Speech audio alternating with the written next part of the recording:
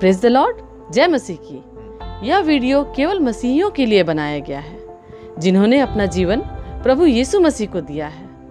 इस वीडियो से हमारा मकसद किसी व्यक्ति, जाति, धर्म अथवा संस्थाओं को ठेस पहुंचाना या उनके अनुयायियों का अपमान करना नहीं, बल्कि बाइबल की शिक्षाओं को आम लोगों तक पहुंचाना है। मुमकिन है कि बाइबल की ये शिक्षाएं कुछ लोगों की विचारधाराओं से मेल नहीं खाती, अतः उनसे अनुरोध है कि वे खुद को इस वीडियो से दूर रखें ताकि उनकी विचारधाराओं को ठेस न पहुंचे। आइए अब हम परमेश्वर का जीवित और सामर्थी वचन सुनते हैं भाई पॉल राजू के द्वारा। Praise the Lord. मैं पिता परमेश्वर को धन्यवाद करता हूं कि उसने आज का ये सुंदर दिन दिया और आज की सुंदर उपस्थिति दी और आज के आपके साथ मिलने का, बातें करने का ये अवसर दिया, और इसके लिए मैं पिता परमेश्वर को धन्यवाद देता हूं। और मैं प्रभु से यही उम्मीद रखता हूं कि आप सब जो हमसे जुड़ते हैं, आप सब भी वचन के द्वारा परमेश्वर में दिन पर दिन बढ़ते जाएं। प्रियो, आज का जो हमारा विषय है, आज का जो हमारा सब्जेक्ट है, वो काफ़ी पॉपुलर है, जिससे हम मसीही लोग अक्सर अपनी कलीसियाओं में, अपने संडे स्कूलों में और अपनी संगतियों में इस विषय को लेकर हम लोग अक्सर बातें किया करते हैं। जो पाया जाता है मत्ती रचित सुसमाचार, उसका 13वां अध्याय। ये 13वां अध्याय एक ऐसा अध्याय है मत्ती रचित सुसमाचार के अंदर, जिसके अंदर बहुत से दृष्टांत कहे गए हैं। और इसमें प्रभु ने यह भी कहा है कि मेरे दृष्टांतों को बताने का मकसद क्या है। तो इन बहुत से दृष्टांतों के बीच से मैंने आज आपके लिए उठा के लाया है कि बीज बोने वाले का एक दृष्टांत, जो काफ़ी प्रचलित है हम मसीहों के बीच में। हम सभी इस विषय को जानते हैं। आइए आज हम इस विषय के ऊपर कुछ अलग तरीके से, कुछ अलग बातों से और उसको कुछ अंदर की गहराइयों से हम इसे जानने की कोशिश करेंगे। जो पाया जाता है मत्ती रचित सुसमाचार, उसका 13वां अध्याय, उसके पहले पद से लेकर 9वें पद तक। हाँ प्रियो, जैसा कि हम जानते हैं कि यहाँ पर 3 प्रकार के बीजों का वर्णन है। पहला, मार्ग के किनारे गिरे हुए बीज, कुछ पथरीली भूमि पर गिरे हुए बीज और कुछ झाड़ियों के बीच में गिरे हुए बीज। ये 3 प्रकार के बीज हैं जिसको प्रभु ने हमें बताया है। लेकिन एक बीज और भी है जो फलवंत होता है और वो फल लाता है, वो 100 गुना, 60 गुना और 30 गुना। आइए हम इन वचनों की ओर जाते हैं और प्रार्थना करते हैं, प्रभु हमें इन बातों को समझने में हमें तौफीक अता फरमाए, हमें ज्ञान और बुद्धि और सामर्थ्य से अपने आत्मिक ज्ञानों से भरे। सर्वशक्तिमान दयालु पिता परमेश्वर, प्रभु जी हम प्रार्थना करते हैं प्रभु जी, इस वचन को प्रभु जी जो आपने हमें दिया है प्रभु जी, इसे बोलने में आप हमें सामर्थ्य दीजिए और हमारे सुनने वालों को प्रभु जी इस वचन को सुनकर अपने जीवन में ग्रहण करके आत्मिक आत्मा में बढ़ने में प्रभु तू मदद कर। प्रभु दया कर, आपकी उपस्थिति को चाहते हैं प्रभु जी, आदर और महिमा आपको देते हैं, यीशु के नाम से मांगते हैं, आमीन। आइए जब हम इस बीज का दृष्टांत को हम देखेंगे तो सबसे पहले हम ये जान लेंगे कि ये बीज जो है वो है क्या चीज़। बीज अर्थात सीड, जिसको इंग्लिश में कहते हैं सीड, वो बीज है क्या। हर एक पौधे के अंदर बीज होता है। क्यों? क्योंकि जब बीज होगा वो पौधा होगा, वो फूल होगा, फल होगा और फिर बीज होगा। ये एक अलग स्टडी है, मैं इस बातों पे अभी नहीं जाऊंगा, लेकिन मैं अभी बताऊंगा कि ये बीज है क्या चीज़। वचन क्या कहता है इस बीज के संबंध में, ये बीज है क्या चीज़। वचन जैसा कहता है कि ये बीज जो है परमेश्वर का वचन है। ये जो परमेश्वर का वचन है, इसका एक उदाहरण है कि ये जो वचन है, ये परमेश्वर का वचन जो है, ये बीज के रूप में हमें दर्शाया गया है। आइए मेरे साथ पहले निकाल लीजिए, पहले इस बीज के संबंध में हम समझ लें, फिर हम इन बातों की ओर जाएंगे। जो लिखा रहता है आपको लूका रचित सुसमाचार, उसका 8वां अध्याय, उसके 11वें पद को हम देखते हैं। वहां पर कुछ ऐसा लिखा है, दृष्टांत का ये अर्थ है, बीज परमेश्वर का वचन है। बीज परमेश्वर का वचन है। दृष्टांतों के माध्यम से परमेश्वर ने प्रभु यीशु मसीह ने इस बीज को हमारे बीच रखा है, अर्थात इस वचन को हमारे बीच रखा है, ताकि हम ये जान जाएं कि आज प्रभु का वचन हमें क्या बताता है और इस वचन के द्वारा प्रभु हमसे क्या बातें करना चाहता है। और दूसरा मैं रेफरेंस आपको देता हूँ, पहला पत्रस उसका पहला अध्याय उसका 23वां पद, 24वां पद, 25वां पद, लेकिन मैं सिर्फ 23 पद पढ़ूंगा, फिर आगे चलकर मैं इस वचन के ऊपर प्रकाश डालूंगा। जो पाया जाता है पहला पत्रस उसका पहला अध्याय उसका 23वां पद, वहाँ कुछ इस प्रकार से लिखता है, क्योंकि तुमने नाशवान नहीं परंतु अविनाशी बीज से परमेश्वर के जीवते और सदा ठहरे रहने वाले वचन के द्वारा नया जन्म पाया है। तुम नाश होने वाले बीज के द्वारा नहीं, पर ऐसे वचन के द्वारा जो सदा ठहरने वाला वचन है, और परमेश्वर का वचन कहता है जीवते और सदा ठहरे रहने वाले वचन के द्वारा नया जीवन पाया है। तो प्रियो, आज प्रभु यीशु मसीह इन दृष्टांतों के माध्यम से हमें क्या बतलाते हैं। पहला जो हमको बीज का दृष्टांत है वो है मार्ग के किनारे गिरा हुआ बीज, जिसको हम देखते हैं, जो मैं आपके लिए पढ़ना चाहता हूँ एक्सक्यूज मी, मैं पढ़ना चाहता हूँ। और उसने दृष्टांतों से बातें कहीं, एक बीज बोने वाला निकला और बोते समय कुछ बीज मार्ग के किनारे गिरे और पक्षियों ने आकर उसे चुग लिया। हाँ प्रियो, परमेश्वर का वचन कहता है ये वो लोग हैं, ये बीज जो परमेश्वर का बीज है अर्थात वचन, वो मार्ग के किनारे गिरा और वो जो है पक्षियों ने आकर उसे चुग लिया।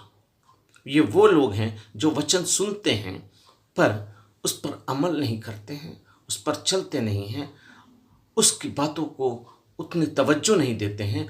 और होता क्या है जब, तो शैतान आता है और आकर इन वचनों को उनके मन के अंदर से चुरा लेता है, अर्थात निकाल लेता है। जो वचन आपने सुना, जो वचन आपके अंदर बोया गया, वो वचन आपको कार्य करने से पहले शैतान आकर उस वचन को आपके पास से चुरा लेता है, अर्थात आकर पक्षी जो हैं आकर चुग लेते हैं। जैसा कि लिखा है, बोते समय कुछ बीज मार्ग के किनारे गिरे और पक्षियों ने आकर उसे चुग लिया। यहाँ पक्षियों का मतलब है शैतान से, क्योंकि वो आकर हमारे मनों के अंदर से उन वचनों को ले जाता है। और ये वचन मैं आपके लिए और सादा करता हूँ और पढ़वाने की कोशिश करता हूँ। लूका रचित सुसमाचार उसका 8वां अध्याय उसके 11वें पद को मैं आपके लिए पढ़ता हूँ। वहाँ पर कुछ इस प्रकार से लिखा है, लूका रचित सुसमाचार उसका 8वां अध्याय उसका 11वां पद। जो मैंने अभी आपसे कहा था वो यहाँ है, दृष्टांत का यह अर्थ है कि बीज परमेश्वर का वचन है। मार्ग के किनारे गिरने वाले वे हैं जिन्होंने वचन सुना, तब शैतान आकर उनके मन से वचन को उठा ले जाता है कि कहीं ऐसा ना हो कि वे विश्वास करें और उद्धार पा जाएं। ये वचन पक्षी जो आकर चुग लिए हैं, इनको परमेश्वर का वचन कहता है शैतान आता है और आकर इस वचन को हमारे मनों से ले जाता है ताकि हम इस पर अमल ना करें और हमारा उद्धार ना हो जाए। आज हमारे जीवन में, हमारे बीच में, हमारी मसीहत में आज बहुत से ऐसे लोग हैं जो आज वचन तो सुनते हैं लेकिन उस पर पूरा अमल नहीं करते हैं। वो इसलिए कि शैतान उनके जीवन में आकर उन बीज को उनके अंदर से उठाकर ले जाता है, कहीं ऐसा ना हो कि वो उद्धार पा जाए। हाँ प्रियो, आज हमारा उद्धार अनिवार्य है।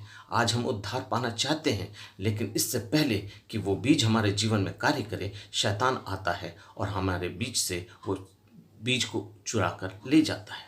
आइए दूसरा वचन हम देखते हैं। दूसरी चीज़ जो पाया जाता है इसी में, पथरीली भूमि पर। हाँ प्रियो, जब पथरीली भूमि पर जो बीज गिरता है, वो बीज जो है वो जड़ न पाने के कारण वो बीज जो है वो कमज़ोर होता है और जड़ न पाने के कारण वो मुरझा जाता है। आइए उसके लिए मैं पढ़ना पाता हूँ। कुछ बीज, इसके 5वीं आयत को, कुछ बीज पथरीली भूमि पर गिरे जहाँ उन्हें बहुत मिट्टी ना मिलने और गहरी मिट्टी ना मिलने के कारण वो जल्द उग ना पाए, और पर सूरज की किरणों ने उसे जल गए और जड़ न पकड़ने का कारण वो सूख गए। हाँ प्रियो, आज ये सख्त मन वाले अर्थात कठोर मन वाले आज ऐसे विश्वासी हैं जो अपने मनों को कठोर करके रखे हैं। क्यों? क्योंकि वो ये समझते हैं कि मैं जो जानता हूँ, मैं जो समझता हूँ, ये बहुत है, अब इससे ज़्यादा हमें समझने की आवश्यकता नहीं। अरे ये क्या बोल रहा है, बोलने दो। अरे ये क्या समझा रहा है, समझाने दो। लेकिन परमेश्वर का वचन, एक एक वचन आज एक एक व्यक्ति के जीवन में कार्य करना चाहता है। ये वो बीज है जो बीज आपके जीवन में बोया जाता है, और इस बीज के द्वारा आप ये चाहें कि हमारा जीवन उद्धार पाने के योग्य बने। आज हमारे जीवन में बीज बोया गया, लेकिन कुछ लोग ऐसे हैं जिनके मन पथरीली भूमि के समान है, जिनके मन कड़े हैं। कहाँ से कड़े हैं? उन परंपराओं में कड़े हैं, उन क्रियाओं में कठिन हैं, पड़े हुए हैं, जहाँ से शैतान आकर उनको उठा लेता है और उनको जड़ पकड़ने नहीं देता है। क्यों? क्योंकि वो अपनी परंपराओं में अडिग हैं। कहने का मतलब है कि जहाँ मैं हूँ बस मैं अच्छा हूँ, मुझे और जानने की आवश्यकता नहीं। परमेश्वर का क्या वचन बोल रहा जाता है, क्या समझाया जाता है, हमें इसे जानने की आवश्यकता नहीं। मैं जहाँ हूँ मैं अपनी जगह परफेक्ट हूँ। नो प्रियो, ये परमेश्वर का वचन नहीं कहता है। परमेश्वर का वचन कहता है कि ये बातें हमें मानने के लिए, समझाने के लिए और हमारी आत्मिक उन्नति के लिए दी गई है। आज परमेश्वर का ये जीवित वचन जो बीज के रूप में हमारे जीवन में आता है, इसको हमें जानना चाहिए और इसको हमें समझना चाहिए कि इस वचन में हमारे लिए क्या लिखा है। आइए मैं आपके लिए पढ़ देता हूँ। लूका रचित सुसमाचार उसका 8वां अध्याय उसके 13वें पद में लिखता है, चट्टान पर के वे हैं जो सब सुनते तो हैं, तो आनंद से वचन को ग्रहण तो करते हैं, परंतु जड़ न पकड़ने से वे थोड़ी ही देर में विश्वास रखते हैं और फिर परीक्षा के समय में बहक जाते हैं। अपने विश्वास को उस वचन पर नहीं रखते हैं और थोड़ी ही देर में वे इस वचन से भटक जाते हैं। हाँ प्रियो, आज पथरीली भूमि का अर्थ यही है कि आज वो विश्वासी जो इस वचन को सुनते हैं, उनके जीवन में वो बीज बोया जाता है, लेकिन वो अपने मन को कड़ा करने के कारण, विश्वास में परिपूर्ण ना होने के कारण इसमें से भटक जाते हैं। और परमेश्वर का वचन कहता है, मत्ती रचित सुसमाचार उसका 13वां अध्याय का मैं 13वां पद आपके लिए पढ़ता हूँ।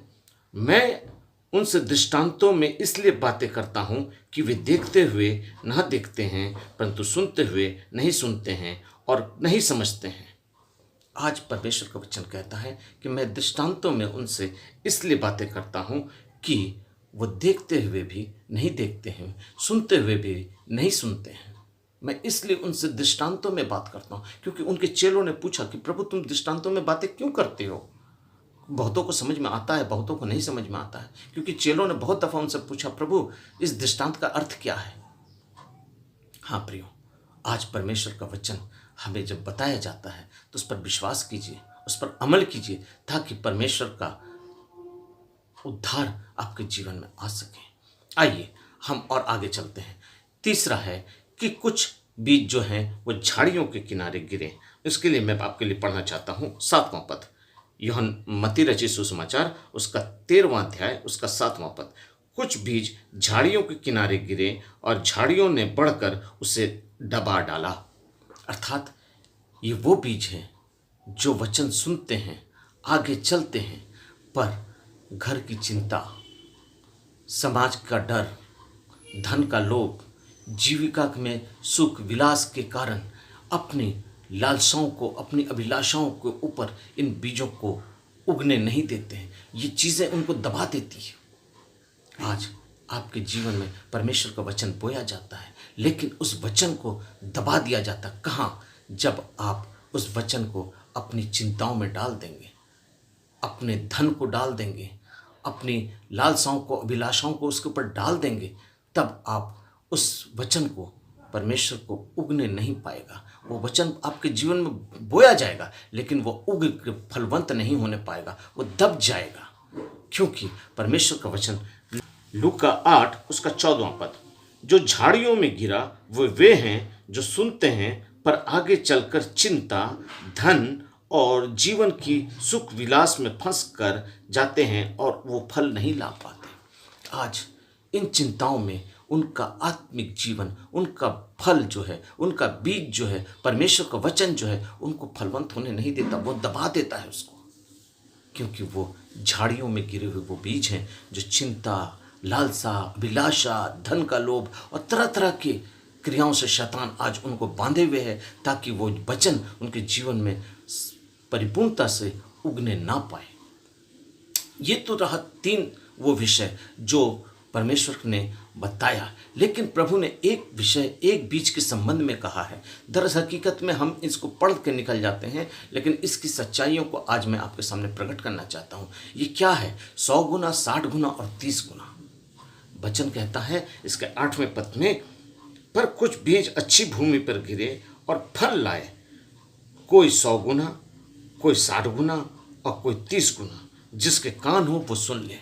अर्थात परमेश्वर का वचन कहता है जिसके कान हो वो सुन ले। ये वो बीज हैं जो पथरीली भूमि में, झाड़ियों में और सड़क के किनारे नहीं गिरे। ये अच्छी भूमि पर गिरे और ये फलवंत हुए। लेकिन इनके फल की भी जो क्वालिटी है, इसके फल का भी जो मिराज है, वो भी है 60 गुना, 30 गुना, 100 गुना। हाँ प्रियो, अच्छी भूमि एक अच्छे विश्वासी को प्रकट करता है, अच्छे विश्वासी को प्रकट करता है। वो प्रार्थना करता है, वो आराधना करता है, वो उपवास करता है, परमेश्वर के वचन को मानता है और परमेश्वर की संगति में चलता है। प्रियो, मैं इन 60 गुना, 30 गुना और 100 गुना के बारे में आपसे जब बातें करता हूँ तो मैं यहाँ पर एक छोटा सा उपमा देना चाहता हूँ। अर्थात मैं मछली का दृष्टांत या मछली की बातें या मछली के माध्यम से आपको ये बतलाना चाहता हूँ कि आज हमारे मसीही जीवन में जो 100 गुना, 30 गुना और 60 गुना है, ये किस प्रकार से फलवंत होता है। 100 गुना वो हैं जो एक तंदुरुस्त और अच्छी मछली होती है, जो नदी के धार के विरुद्ध तैरती है। जो मछली मजबूत, स्वस्थ और बलवंत होती है, वो नदी के धार के विरुद्ध तैरती है। अर्थात रीति रिवाज, परंपरा और सब कुछ को छोड़ते हुए, संसार के दुख, संसार की क्रियाओं से हटकर वो धारा के विरुद्ध चलती है। आज आपके जीवन में लाख मुसीबत आ जाए, लाख परेशानी आ जाए, कुछ भी तकलीफ आ जाए, हम परमेश्वर के वचन से नहीं हटेंगे और परमेश्वर के वचन पे चलेंगे। यही वो मछली है जो धारा के विरुद्ध तैरती है। और ये एक मजबूत और स्वस्थ मछली का उपमा है जो धारा के विरुद्ध बढ़ती है। आज हम परंपराओं से हटकर, रीति रिवाजों से हटकर, धन से हटकर, शैतान से हटकर अपने वचन को अपने जीवन में इम्प्लीमेंट करते हैं और प्रार्थना, आराधना, स्तुति, दान, दशवांश, उपवास और प्रभु भोज, जितने भी हमारे डॉक्ट्रिन्स हैं, इन डॉक्ट्रिन्स के साथ हम प्रभु में बढ़ते जाते हैं।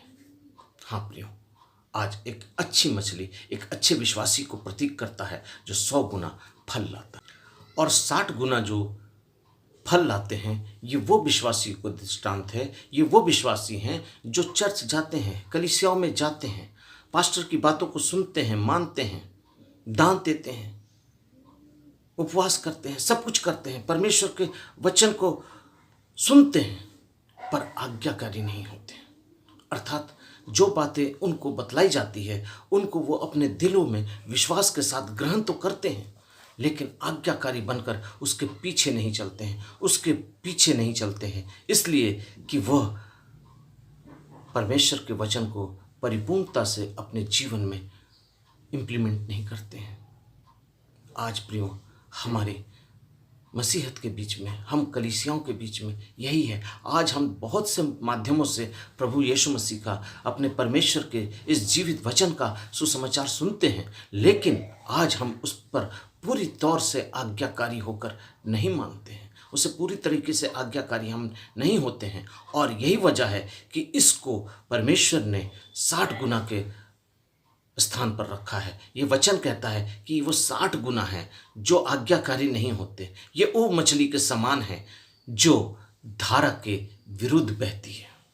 हाँ प्रियो, जिधर नदी का पानी बहेगा ये उधर ही बहेंगी, जिधर उनकी परंपरा कहेंगी उधर ही चलेंगी, जो समाज कहेगा उधर ही चलेंगी। एक परमेश्वर का जीवित वचन लेकर चलना और एक धारा के विरुद्ध चलने में बहुत फर्क है। एक बलवंत मछली, तंदुरुस्त मछली धारा के विरुद्ध चलती है, और एक कमज़ोर मछली, लेकिन वो भी जिंदा है, लेकिन वो धारा के साथ बहती है। यस, समझने की कोशिश कीजिए मैं आपको किस तरीके से बात कर रहा हूँ। ये धारा के साथ चलती हैं, जिधर जिधर पानी जाएगा ये धारा के साथ बहती हुई जाएगी। अर्थात ये सारी परंपराओं, रीति रिवाज और समाज को लेते हुए, घर परिवार को लेते हुए, अपनी सुख सुविधाओं को लेते हुए, आपको वचन को लेते हुए ये चलेंगी।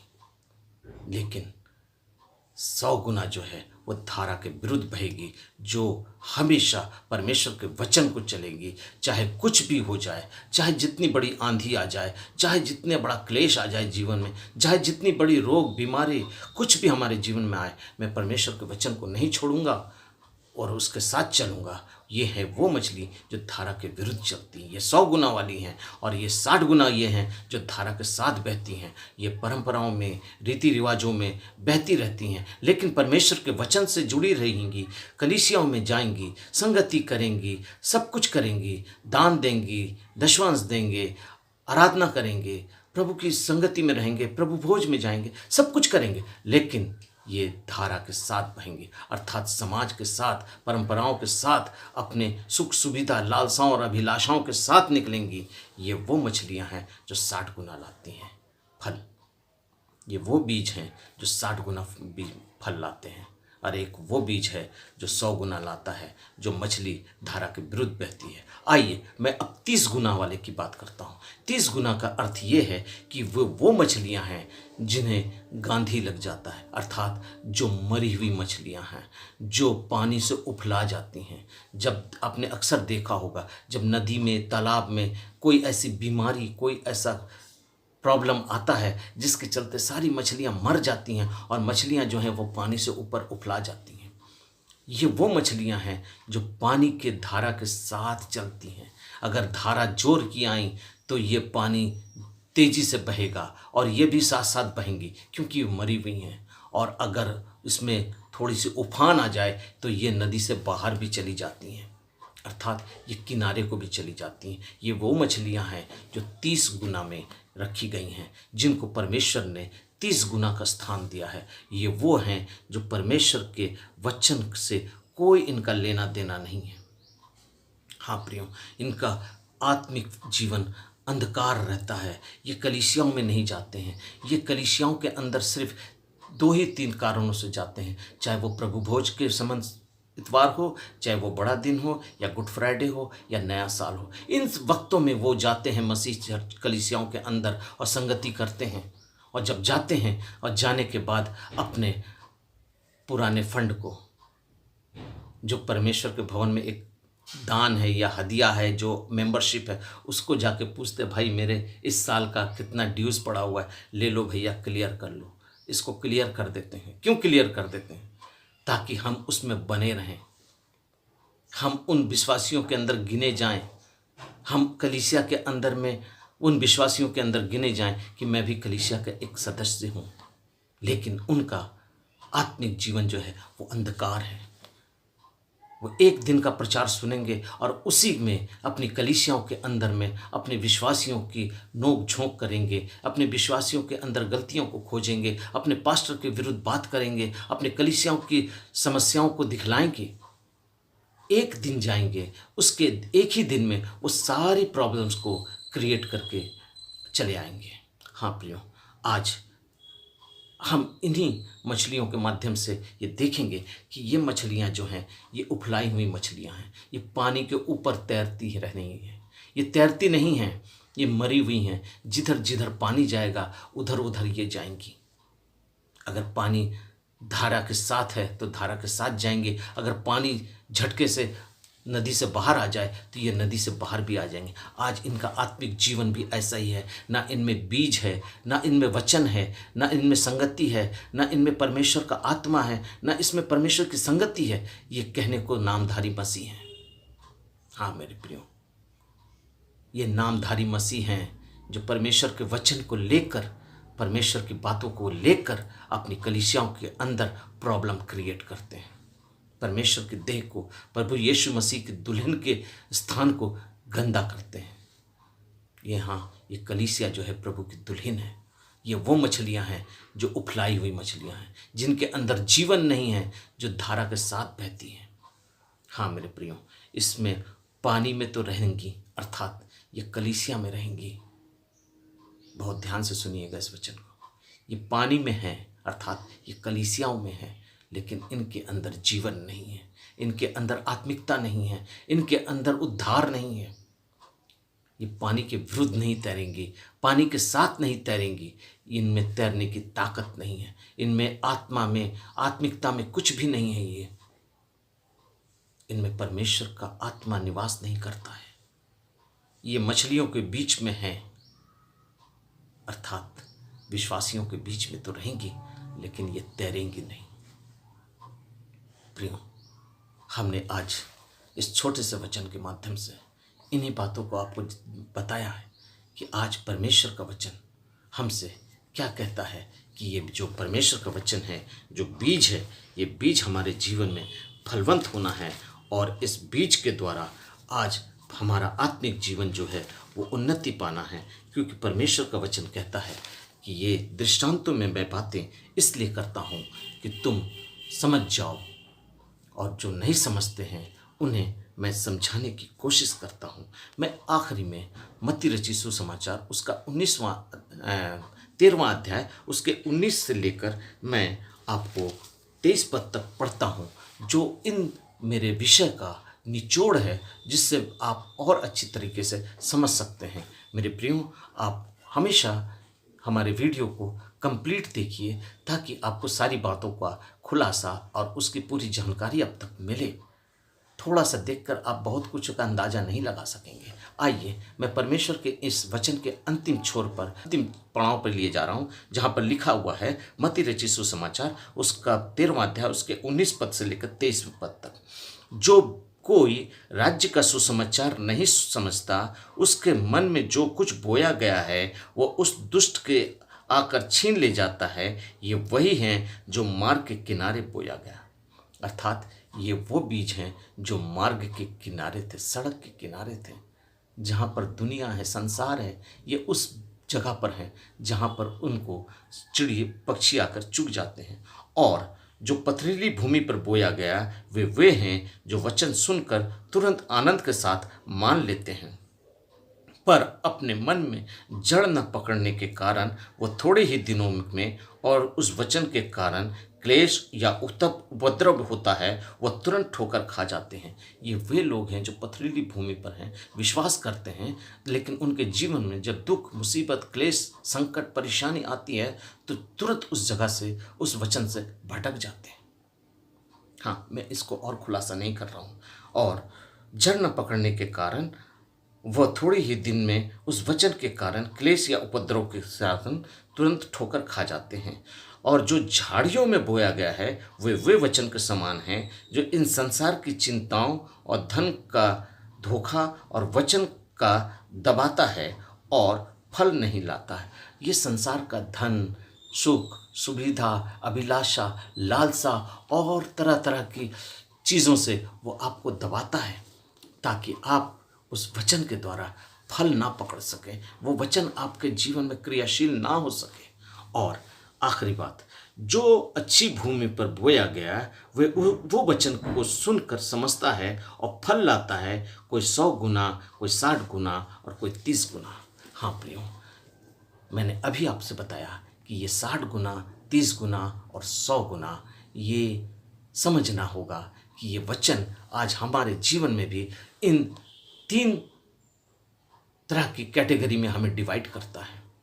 आज हम मसीहत को भी इस 3 कैटेगरी में डिवाइड करता है। जो पहले था, जो पहले की 3 जगहें हैं, पथरीली भूमि, झाड़ी और सड़क के किनारे, ये उनकी बात नहीं कर रहा है, लेकिन ये उनकी बात कर रहा है जो आज 100 गुना, 60 गुना और 30 गुना फल लाते तो हैं, मसीह हैं, कलीसियाओं में हैं, लेकिन उनके अंदर 100 गुना, 60 गुना और 30 गुना फल है।